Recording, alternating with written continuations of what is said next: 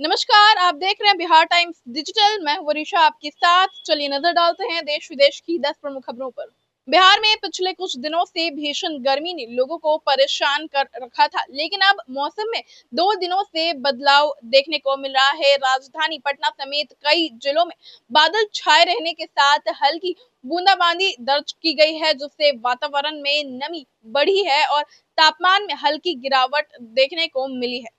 चलिए बढ़ते हैं दूसरी खबर की ओर। गया रेलवे डिपो में माल की गड़बड़ी को लेकर सीबीआई और रेलवे विजिलेंस टीम ने डिपो इंचार्ज पर नजरें गड़ा दी हैं। टीम की शिकायत मिली है कि रेलवे के ठेकेदारों के जरिए जो सामान डिपो में आता था उसका सही तरीके से इस्तेमाल नहीं हो रहा था। जानकारी के अनुसार इस मामले में आगे और भी जांच की जाएगी और कुछ और नाम सामने आ सकते हैं।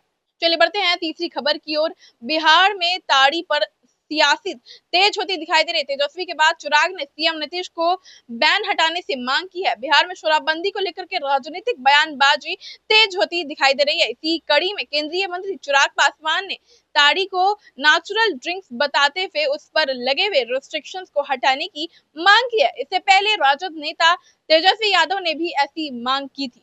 चलिए बढ़ते हैं चौथी खबर की ओर। दरभंगा के बाद अब छपरा में दुल्हन की अपहरण का मामला सामने आया है। खबर यह है कि निकाह के बाद विदा होकर जा रही दुल्हन को रास्ते में 4 लोगों ने किडनैप कर लिया। सिर्फ यही नहीं, इन बदमाशों ने दुल्हन के साथ मारपीट भी की।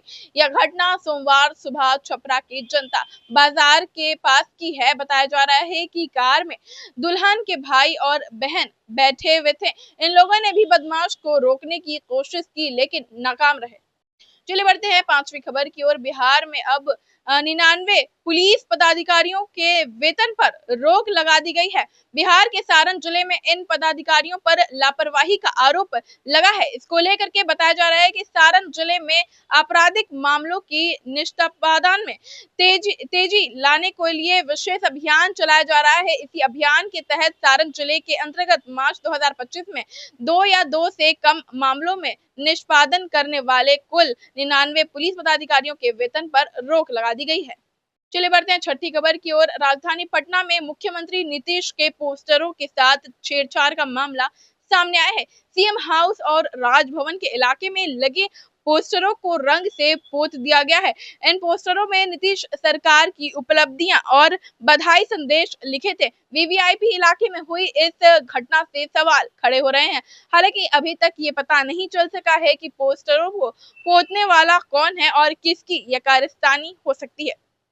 चलिए बढ़ते हैं सातवीं खबर की ओर। सुपौल में अपराधियों ने लूटपाट की घटना को अंजाम दिया है। लूटी गई संपत्ति की कुल कीमत 50 लाख से अधिक बताई जा रही है। सूचना मिलने के बाद पुलिस मामले की जांच में जुट गई है। मिली जानकारी के अनुसार बदमाशों ने पहले गृह स्वामी के भाई को हथियार दिखाकर डराया धमकाया। इसके बाद उन्होंने एक कमरे में बंद करके वे सभी सोने चांदी के जेवरात, नकदी और अन्य कीमती सामान लेकर फरार हो गए।